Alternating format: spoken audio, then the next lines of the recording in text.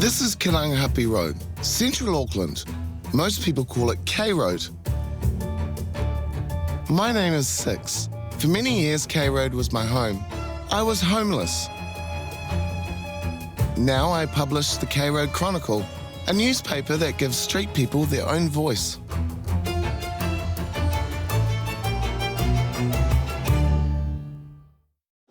Orange Sky is a mobile van service that operates in our major cities.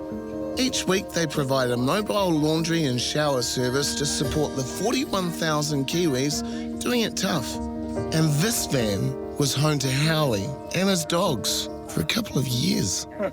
Yeah, so I got the dogs from Ep1. Keeping clean and tidy in a van was hard for Howie until he discovered the Orange Sky service. Before the orange van came along, I'd just get a bucket of water and get a sponge and go around the back of the toilets and just sponge myself down. Yeah.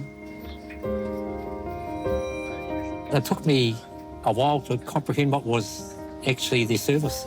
And this guy jumped out of the van. They said, "Have you got any dirty laundry?" And I went, "Yeah, I've got heaps of dirty laundry. I haven't washed all my clothes for so long."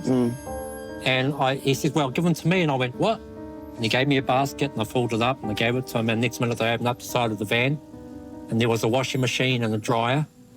And he says, "Do you want a shower?" And I went, "I'll die for a shower." Yeah, I'm looking forward to seeing how the shower works, because, I mean, it's like in a van.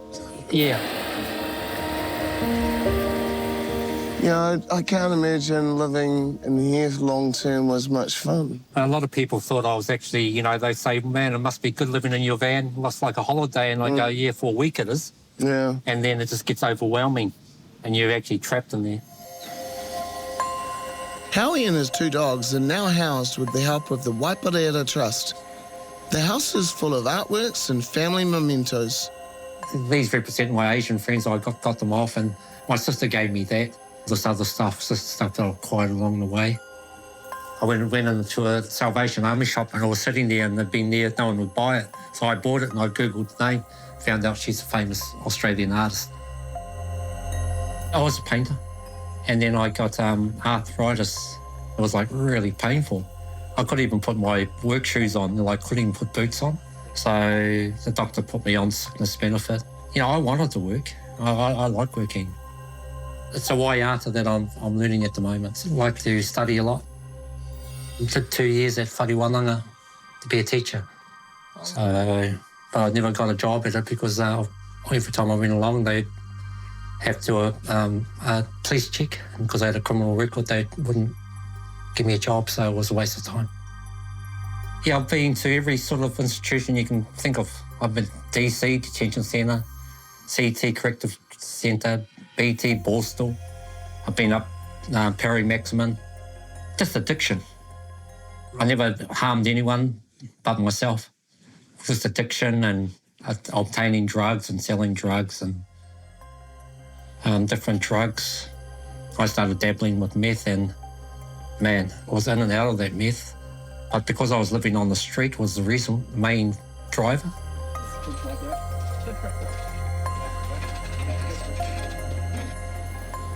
This is where this is like mechanics of the van.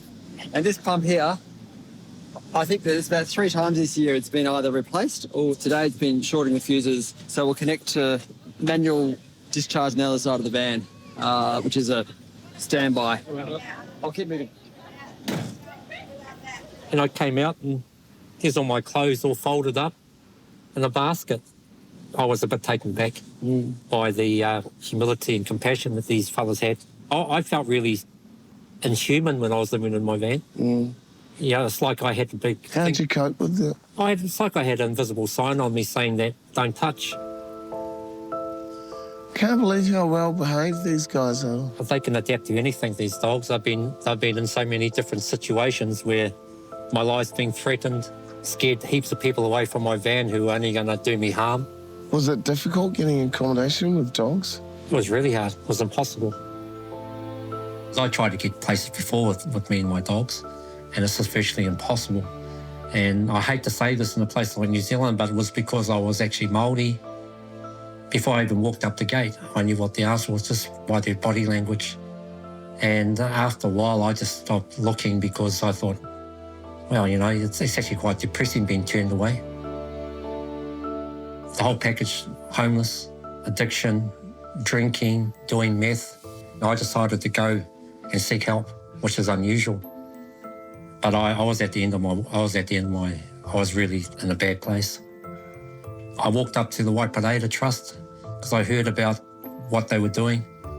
And I went up there and I said, I need to see someone. They took me straight into this office and they said to me, tell me your problem. And they never said anything to me. They just listened to me for half an hour. I was bawling my eyes out. And then they just said, we're going to help you. We're going to put you onto a person who will help you with your addiction. At the same time, I was going to the Salvation Army Church. All put it together was actually, I saw change starting to happen. And these people saw change in me too.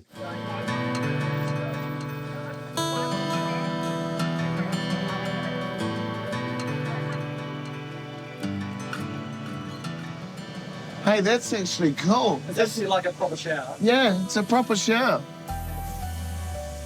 So is this like a California system? That's hot. That's good pressure. Plenty of space. That's really well designed.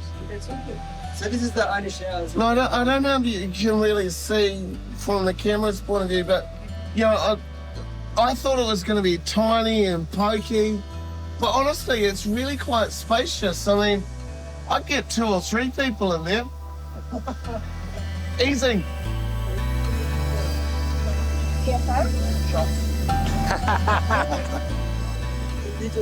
I use it frequently recently, because I'm living homeless by choice.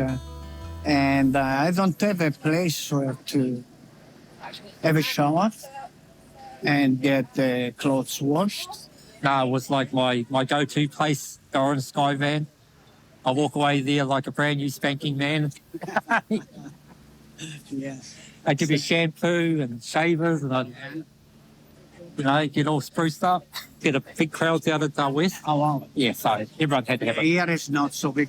Here it's big downtown at the Ellen Millsville Center on Sunday. Yeah. Sunday, so many people. Oh, is that right? Yeah, I'd rather come up here because I don't have to queue. If not, sometimes you miss out to so many people asking. Yeah.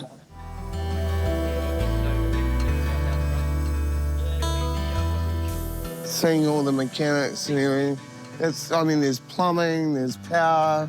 It's quite, does it ever break down and you're like, what the hell do I do now? You know, one week we didn't have the generator, and so that week the generator didn't run, the service didn't run, so I carried a basket around the corner to the laundromat, with one of the friends gear to get it washed. How did you get involved with Orange Sky? I went through a personal breakdown, and I needed to feel good about myself again. And so for me, it was giving to others was how I did that. I came back from absolute rock bottom. Yeah. And so I decided to volunteer and help others and to help me feel like I was a decent person.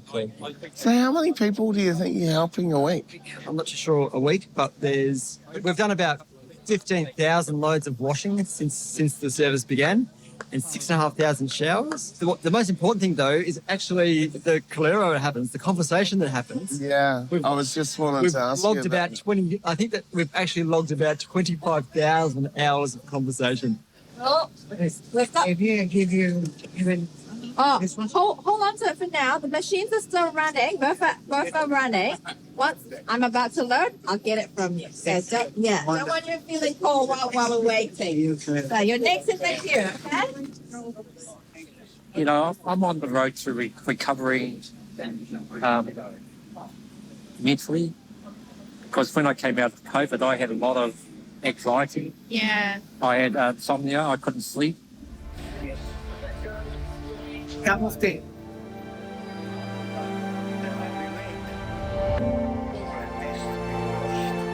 When we are waiting to get shower and clothes, we can have they offer a cup of tea, a cup of coffee.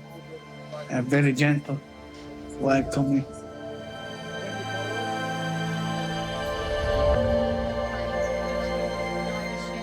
You know, it took me a while to understand that there actually were people out there who cared. That's what they do. That's what they do. They give you a bit of hope. And, you know, sometimes hope's all you got. So, yeah. But the main focus for me was you could talk to them. The orange van came along and was like, wow.